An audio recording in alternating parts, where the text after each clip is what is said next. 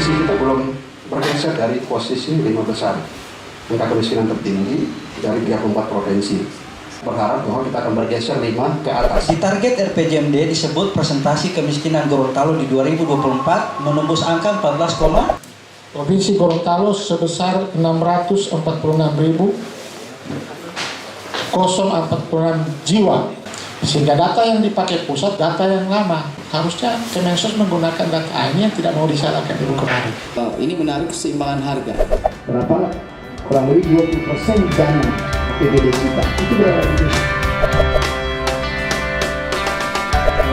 Assalamualaikum warahmatullahi wabarakatuh. Yang saya hormati pimpinan OPD dari provinsi atau yang mewakili, termasuk mungkin ada dinas vertikal, para akademisi, juga teman-teman dari pimpinan OPD Kabupaten Gorontalo, mungkin juga ada organisasi profesi, ada LSM dan sebagainya yang sempat hadir. Jadi sekalian saya muliakan dan teman-teman dari The Prisa Center.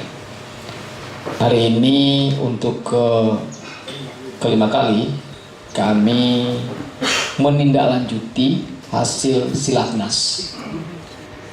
Jadi Silaknas itu pertemuan 100 tokoh yang kurang lebih sebulan kami ramu melalui virtual, kemudian ada puncaknya Silaknas. Ada dua hal yang di sana. Pertama, mengevaluasi 20 tahun Gorontalo jadi provinsi. Kemudian kita ingin 2045 itu Gorontalo emas itu terbayang bagaimana dia.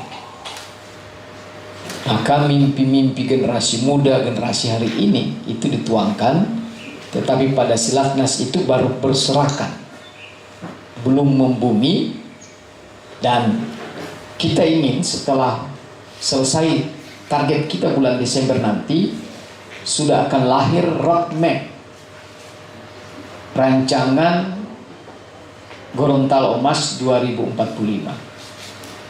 Ada jangka pendek, ada jangka menengah, dan ada jangka panjang. Kita berharap ke depan di dalam data ini, di dalam roadmap kita dimulai dengan data, Pak. Kalau bicara kemiskinan, kira-kira gimana kemiskinan sekarang? Terus yang kedua, langkah-langkah kita lakukan ke depan bagaimana jangka pendek, menengah, sampai jangka panjang. Kemudian siapa yang akan melakukan? Strateginya bagaimana? Kalau 2045 itu kemiskinan kita berapa kira-kira? Atau yang dekat ini 4 tahun ke depan berapa?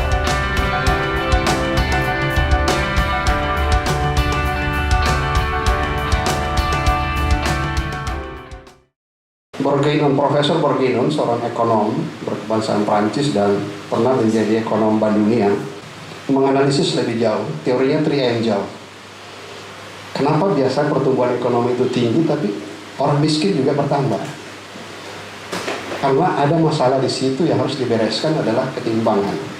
Jadi uang semakin banyak masuk pada suatu wilayah, pada suatu negara, itu tidak terdistribusi dengan baik. Ya, dia berkonsentrasi pada wilayah tertentu, pada kelompok tertentu. Ya, sehingga ini yang akan menyulitkan untuk kita menurunkan angka kemiskinan. Pertumbuhan ekonomi itu tidak punya makna, ya, kalau ketimpangan tidak dibereskan. Meskipun Pak Kaban mau mengatakan tidak juga, saya bilang kita akan adu teori.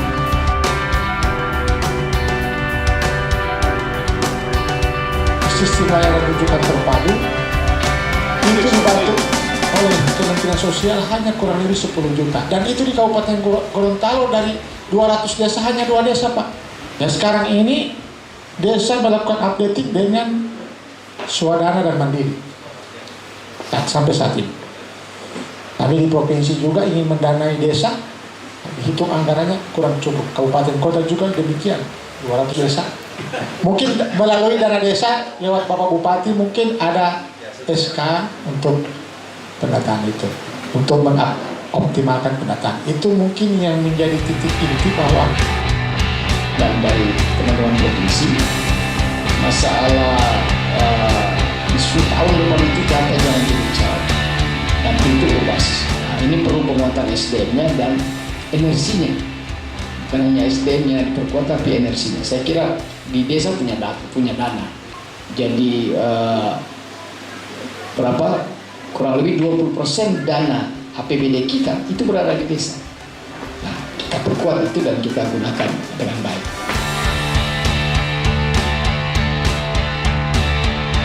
Tahun lalu kita minus, Pak, bukan karena COVID. Tahun lalu kita minus karena produksi jagung kita turun, Pak.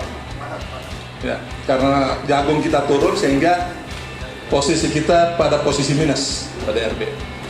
Ini menandakan bahwa kabupaten kota di Provinsi Gorontalo ini masih sangat didominasi oleh sektor pertanian. Cermin dari PDRB kita sehingga sangat menentukan terhadap ketika PDRB mendominasi, dia sangat menentukan, sangat signifikan terhadap pertumbuhan ekonomi kita. Bahkan pertanian dari usia dini. Saya kira itu menjadi kenapa? Ini karena potensi kita juga besar, Pak, untuk pertanian itu. Sekarang terkendala dengan generasi pertanian tidak ada. Generasi pertanian tidak ada, Pak. Sekarang ketika menanam satu tempat, itu mencari buruh tanam sisa. Sekarang ada alsintan, itu pun tidak cukup, Pak, alsintan. Sebetulnya pemerintah ini sudah melakukan banyak hal. Sudah melakukan berbagai program dan kegiatan yang intinya dalam rangka pengentasan kemiskinan. Tetapi memang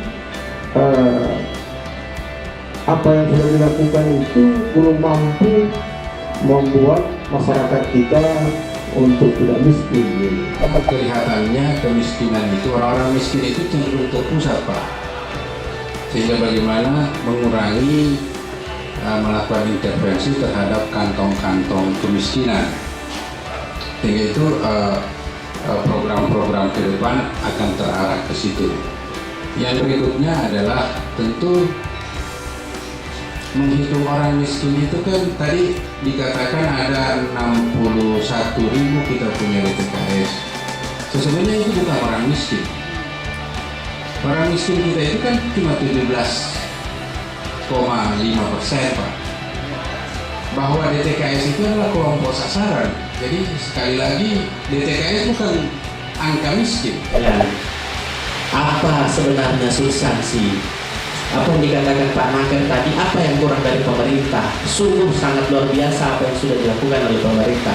Tapi kenapa hari ini miskin kayak Pak Kadis katakan tadi kayak dilihat ada pemberdayaan pekerjaan di sana. Nah ini sebenarnya satu yang mungkin yang persoalan yang paling mendasar itu adalah data. Ada ego sektor di sana oleh pemberdayaan masyarakat. Dekat, ekonomi kita tadi. Ini yang paling banyak ketimpangan, kemiskinan itu berada pada petani. Yeah. Kalau di Gorontalo mungkin sekitar 60%.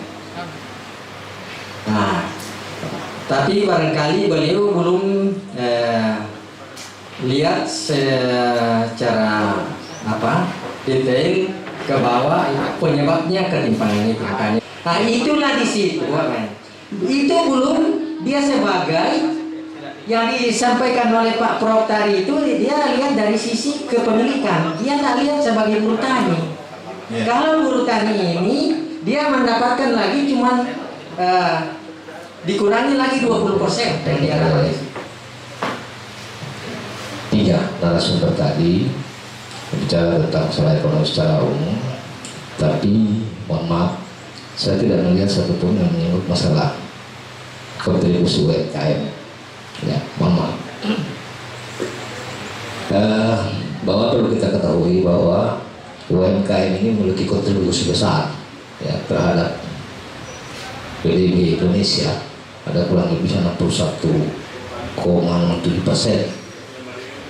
atau senilai kurang lebih 8,5 triliun. Bahwa kontribusi UMKM terhadap perekonomian juga ini terus meliputi penyerapan kurang lebih 97% dari total tenaga kerja yang ada. Ya, Kepada teman-teman di Presnas, kami siap bekerja. Itu mohon arahannya. Tapi saya baru hari ini konsentrasinya ke depan begitu ya. Ini kan akan melibatkan orang banyak. Gitu. Apa diskusinya hanya Zoom meeting, kemudian pertimbangkan apakah itu efektif begitu ya.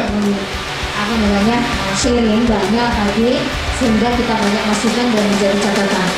Yang terakhir dari kami bahwa ini nanti kita akan tindak lanjuti, ada WhatsApp group dan nanti kita sepakati kita breakdown semua percakapan dan diskusi kita. Kami juga ada grup, tadi sudah ada notulen yang saya sudah sampaikan di grup. Nanti kita akan sharing di WhatsApp group kita hari ini tim kerja. Ada